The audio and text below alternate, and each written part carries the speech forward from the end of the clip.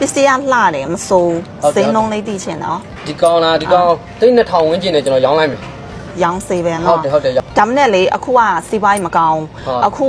ပစ္စည်းကဒီလိုအရေးသားဆိုလို့ရှိရင်လေဈေးပြန်ကျနေတယ်နော်ကျမမင်းနဲ့ဈေးလေးတစ်ခုလောက်ပြောမယ် ဟုတ်ကဲ့ပြောကြည့်လိုက်ပါဟုတ် ရောင်းနိုင်ရောင်းပေါ့နော် ဟုတ်ကဲ့ ဈေးလေးဆိုတာညှိရတာလေနော်စီးပွားရေးဆိုတာကျမလည်းအားနာတယ်ဝရဲ့ ရပါတယ်ကျွန်တော်လည်းကြားကျင်လို့လာတာလေနော် ကျမမင်းနဲ့ဈေး ဟုတ်ကဲ့ ဒီတစုံနော် ဟုတ်ကဲ့ 1100 တတိပြောတဲ့ဈေးနဲ့အရန်กว่าနေတယ်အမရဲ့ အရင်กว่าနေ ဟုတ်တယ်တတိက2000ပတ်ချလဲအဲ့လောက်ပဲပြောခိုင်းလိုက်တာအစီရရောင်းခဲ့လို့ပြောတာ ဒါမှနဲ့ကျမပေးတဲ့ဈေးရလဲအမှန်တိုင်းကိုပေးတာလေနော် ဟုတ်ပါ မဟုတ်လို့ရှိရင်ဒီလိုထားလိုက်1200 1200 အေး100ထပ်တိုးမယ်နင်းတစ်ထဲကိုမေးကြည့်လိုက်ရောင်းနိုင်လား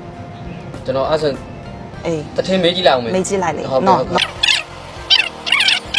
1400လောက်တော့ပေးလိုက်တဲ့ရောင်းခဲ့လိုက်တဲ့ 1300ထားလိုက်ကျမအများကြီးတိုးပေးလိုက်ပြီတခါတည်း1300 ကဲအဲ့လိုဆိုရင်လဲကျွန်တော်ရောင်းပေးခဲ့လိုက်မယ်ပေါ့နော် ရပြီနော် ရပြီတထင်းကိုလည်းကျွန်တော်ပြီးမှကြည့်ကြပြောလိုက်မယ်ဗျာနော် โอเค